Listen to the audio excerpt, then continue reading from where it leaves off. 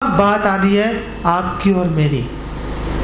अब मैं आपको बताने जा रहा हूँ पद्म पुराण में आपके बारे में और मेरे बारे में क्या लिखा गया है। मैं वापस आपको ये बोलना चाहता हूँ, अगर आपको इन वचनों में कुछ भी बुरा लगे अगर आपको तो मैं पहले से क्षमा मांग लेता हूँ। उसका एक उपाय ये है कि आप सोच लेना कि आपके लिए नहीं लिखा गया है ये, ठीक है? तो फिर आप बुरा मानने से बच जाओगे। तो पद्म पुराण में लिखा गया है, ये मानवः पाप कृतस्तु सर्वदा।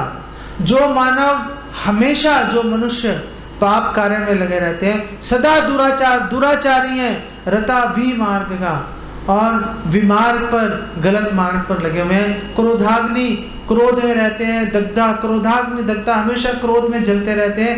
कुटिलाश्च कामिना, कुटिल है, उनका मन में कुछ हो रहा है, बाहर से कुछ हो रहा है। कामिना, काम वासना से ग्रस्त है, काम वासना में पूरी तरह से लिप्त हैं ये लोग। सप्ताह यज्ञेन कलो पुनन्ति ते। ऐसे व्यक्ति अगर भागवत सप्ताह सुनेंगे तो उनका कल्याण हो जाएगा। हाँ, अब आप सोच लो कि ये इतने सारे जो गुण बताए गए हैं, आप पर कौन कौन से गुण लागू हो रहे हैं। दुष्ट व्यक्ति जो सदा शास्त्रों के नियमों का उल्लंघन करते हैं, पाप के कार्यों में रत हैं, क्रोधाग्नि में जल रहे हैं, कामी हैं, वो भागवत यज्ञ के द्वारा शुद्ध होंगे। और ये वचन जो है ये चार कुमारों ने श्री नारद जी को दिया था। क्यों दिया था? ओके, मैं आपको इसकी मैं पृष्ठभूमि बता देता हूँ कि क्यों दिया था। अच्छा, उससे पहले मैं आपसे एक सवाल पूछना चाहता हूँ कि आप सबको जो मेरी बात है वो समझ में आ रही है? कि हिंदी में मैं बोल रहा हूँ, ऐसा तो नहीं कि आपको समझ में नहीं आ रहा? आप में से किसी को तकलीफ हो रही है समझने में कुछ, या मैं थोड़ा धीरे बोलूँ? ठीक, आप सबको समझ में आ रहा है? किसको समझ में नहीं आ रहा? ऐसा कोई है? अच्छा चलो, तो मान लूँ कि सबको समझ में आ रहा है। हाँ, ओके। तो ये जो पंक्तियां हैं कि जो चार कुमारों ने नारद जी को ये बोले हैं, ये क्यों बोली हैं, इसके पीछे एक बहुत ही रोचक प्रसंग है। वो प्रसंग मैं आपके साथ में बांटना चाहता हूँ, आपको बताना चाहता हूँ। अभी टाइम क्या हो गया? तो कब तक इसको जारी रखें? 1 घंटा कर लो। हाँ, तो आप सबने घर जाके रोटी तो नहीं बनानी आती? हाँ, चलो थोड़ी लेट बुलाने का, आज क्या होगा? नहीं, ठीक है। तो ये बहुत प्राचीन प्रसंग है, हो सकता है आपने, मुश्किल है सुना हो, फिर भी एक को हो सकता है कुछ नहीं सुना भी हो। एक तुंगभद्रा नाम की नदी है, बहुत प्राचीन काल की बात है। वहां पर उससे भी पहले, उससे भी पीछे चलता हूँ, तुंगभद्रा नदी से भी और पीछे चला जाता हूँ आपको, क्योंकि अभी हमारे पास थोड़ा टाइम है, और पीछे चला जाता हूँ। तो एक बार क्या हुआ कि नारद जी पूरे संसार का भ्रमण कर रहे थे। तो भ्रमण करते करते वृंदावन पहुंच गए। भगवान स्वधाम जा चुके हैं, वृंदावन पहुंचे तो वहां पे उन्होंने एक बड़ा अद्भुत दृश्य देखा। उन्होंने, नारद जी ने, वो अद्भुत दृश्य उन्होंने क्या देखा? उन्होंने वहां पर देखा कि एक स्त्री, युवा स्त्री बैठी हुई है और उसके गोदी में 2 वृद्ध व्यक्तियों के सिर रखे हुए थे।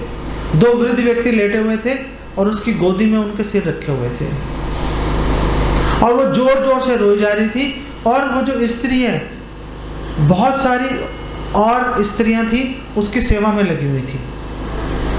समझ गए? एक स्त्री बैठी है, उसकी सेवा में बहुत सारी स्त्रियां लगी हुई हैं, उसकी गोदी में 2 बिल्कुल बूढ़े अशक्त व्यक्ति लेटे हुए हैं।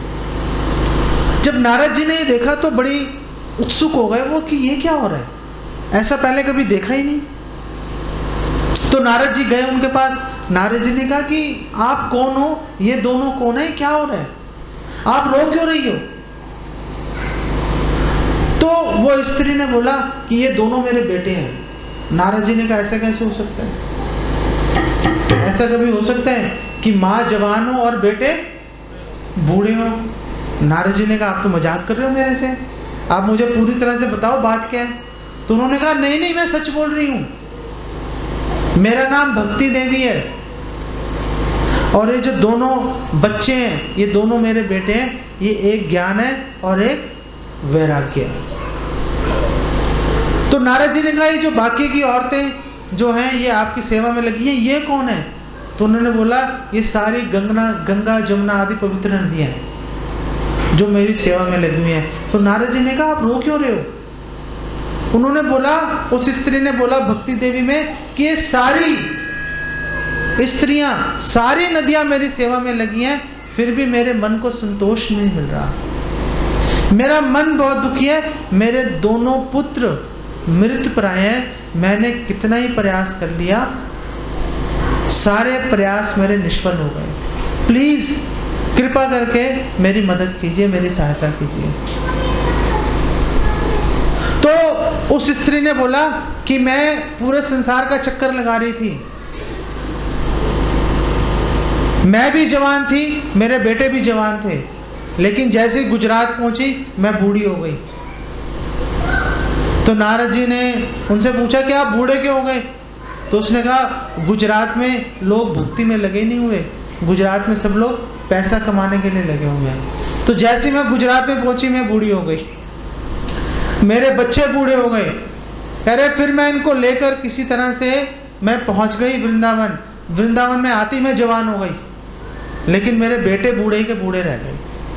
तो नारद जी ने कहा क्योंकि भगवान की शक्ति यहाँ पर विराज रही है। भगवान चाहे अंतर्धान हो गए, लेकिन जो भगवान की शक्ति है, जो भगवान की शक्ति की तरंगे हैं, वो यहाँ पर आज भी विराजमान है। उसके प्रभाव से आप तो जवान हो गए, लेकिन वृंदावन में ज्ञान वैराग्य का काम नहीं है, इसलिए ये दोनों पुष्ट नहीं हो पाए। तो भक्ति देवी ने बोला कि आप कुछ कार्य कीजिए, कुछ उपाय कीजिए कि जो मेरे बेटे हैं ये वापस जीवित हो जाएं। आप कोई ऐसा प्रयास कीजिए कि ये दोनों जो हैं वापस जीवित हो जाएं। लेकिन उससे पहले आप मेरे को एक प्रश्न का उत्तर दो। वो प्रश्न मैंने करोड़ों लोगों से पूछ लिया, किसी ने उस प्रश्न का मुझे आज तक जवाब नहीं दिया। नारद जी आप मुझे कह रहे हो ये कलयुग का प्रभाव है, कलयुग के कारण मैं भी बूढ़ी हो गई, मेरे बच्चे भी बूढ़े हो गए। तो आप मुझे इस सवाल का जवाब दो, जब परीक्षित महाराज के सामने कली खुद मूर्तिमान रूप में खड़ा था, तो परीक्षित महाराज ने उसका वध क्यों नहीं किया? अगर सारी समस्याएं कलयुग की बनाई हुई हैं, तो जब परीक्षित महाराज के सामने कलयुग खड़ा था हाथ जोड़े हुए, तो क्यों नहीं मारा? मार देते, काम खत्म हो जाता। आप प्रश्न समझ रहे हो मेरा? मार देते, काम खत्म हो जाता, क्यों नहीं मारा? आप मुझे ये बात समझाओ। आप में से कोई इसका उत्तर देना चाहेगा? आप में से किसी के पास इस बात का उत्तर है? हाँ, एक मिनट पहले इनको बोल रहे थे, आप बताना चाहोगे?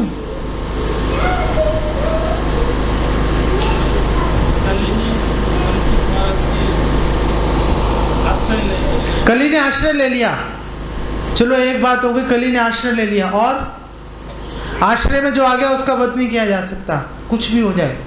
और क्या है? और क्या है? ये बाहरी कारण है, आंतरिक कारण क्या है? आंतरिक कारण बताओ कुछ। अगर सिर्फ यही कारण होता ना, तो परीक्षित महाराज मार देते उसको। वो बोलते मुझे अपयश मिलेगा ना, लोग तो बच जाएंगे। परीक्षित महाराज ये सोच लेते तब। अगर सिर्फ यही बात होती, मार देते उसको, कली को। कुछ और कारण है, कुछ और कारण है कि नहीं मारा?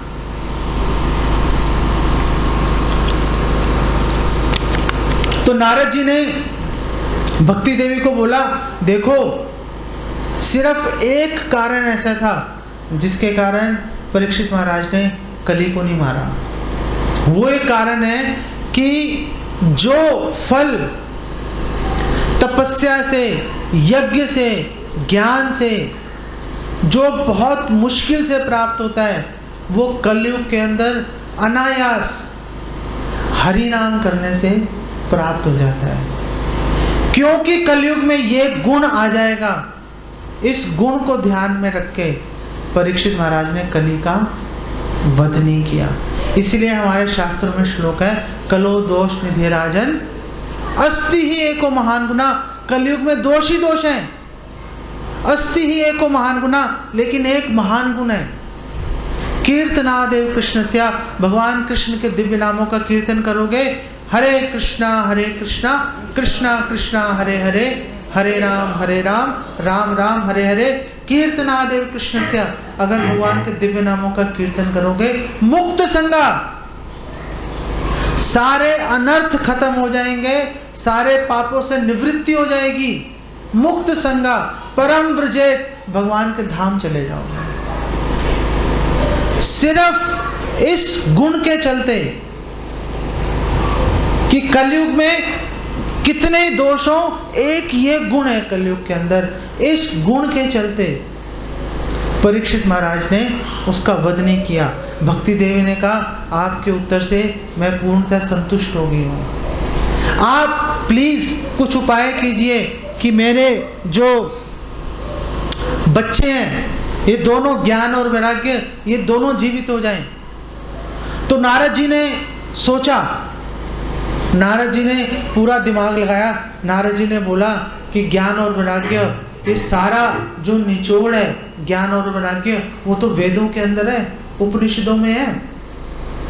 तो नारद जी ने उन दोनों बच्चों के कान में सारे वेद सुना दिए, सारे उपनिषद सुना दिए। वो वेद और उपनिषद तो सुना दिए, वो सुनने से दोनों बच्चे होश में आ गए। दोनों होश में आ गए, पहले तो बेसुध पड़े हुए थे, होश में आ गए दोनों। लेकिन ना हाथ हिला सकते हैं ना पैर, बिल्कुल बेसुध पड़े रहे वहां पर। तो भक्ति देवी ने कहा, वो देखो इन्होंने आंखें तो खोल ली, लेकिन ये खड़े नहीं हो पा रहे, कुछ और करो, कुछ और करो। तो नारद जी ने कहा, सारे वेद तो सुना दिए, अब और क्या करूं?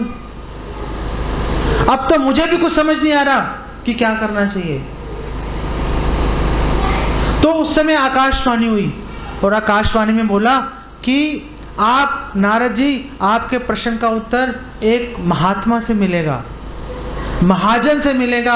आप खोजो चारों ओर महाजन को, कोई महाजन मिलेगा, उससे इस प्रश्न का उत्तर पूछना। वो उत्तर आपको, जो वो उत्तर है वो इसका उपाय भी है। वो उपाय करोगे तो दोनों ठीक हो जाएंगे। नारद जी ने पूरी पृथ्वी पे चक्कर लगा लिया, सारे तीर्थ स्थानों के, हजारों लाखों साधु संतों से, महात्माओं से मिल लिए, सबसे ये प्रश्न पूछ लिया, कोई नारद जी को इसका उत्तर नहीं दे पाया। जब नारद जी पूरी तरह से हताश हो गए तो उस समय सामने से 4 कुमार आ रहे थे। तो नारद जी ने उन 4 कुमारों से यही प्रश्न रख दिया। उन्होंने बोला कि आप कृपा करके मेरा मार्गदर्शन करो। मैंने वचन दिया है, मैंने वचन दिया भक्ति देवी को कि अगर मैंने आपके बच्चों को जीवित नहीं किया तो मैं हरि का दास नहीं हूं, तो मैं हरि का दास कहलाना छोड़ दूंगा, प्लीज मेरे वचन की रक्षा करो। तो उस समय 4 कुमारों ने बोला कि आप इन दोनों बच्चों को, ज्ञान और वैराग्य को, आप श्रीमद् भागवतम सुनाओ। नारद जी ने कहा, ये क्या बात कर दी आपने, ये क्या बात कर दी, ऐसा कैसे हो सकता है? श्रीमद् भागवतम तो वेदों का, उपनिषदों का सार है। जब मैंने पूरे वेद और पूरे उपनिषद ही सुना दिए, उससे कुछ नहीं हुआ, तो श्रीमद् भागवतम सुनाने से क्या हुआ? आप मेरा प्रश्न समझ रहे हो कि जिसका सार है, जब मैंने वही सुना दिए उससे कुछ नहीं हुआ, तो फिर केवल सार सुनाने से क्या होगा? तो इसका बहुत सुंदर उत्तर दिया 4 कुमारों ने। 4 कुमारों ने बोला, देखो बात ऐसी है कि जो वृक्ष होता है, वृक्ष में ऊपर से लेकर नीचे तक रस से भरा होता है। वृक्ष के तने में भी रस है, वृक्ष की टहनी में भी रस है, वृक्ष की पत्तियों में भी रस है, वृक्ष के फूलों में भी रस है। लेकिन क्या आप उस रस का आस्वादन कर सकते हो? आप उस रस का आस्वादन नहीं कर सकते।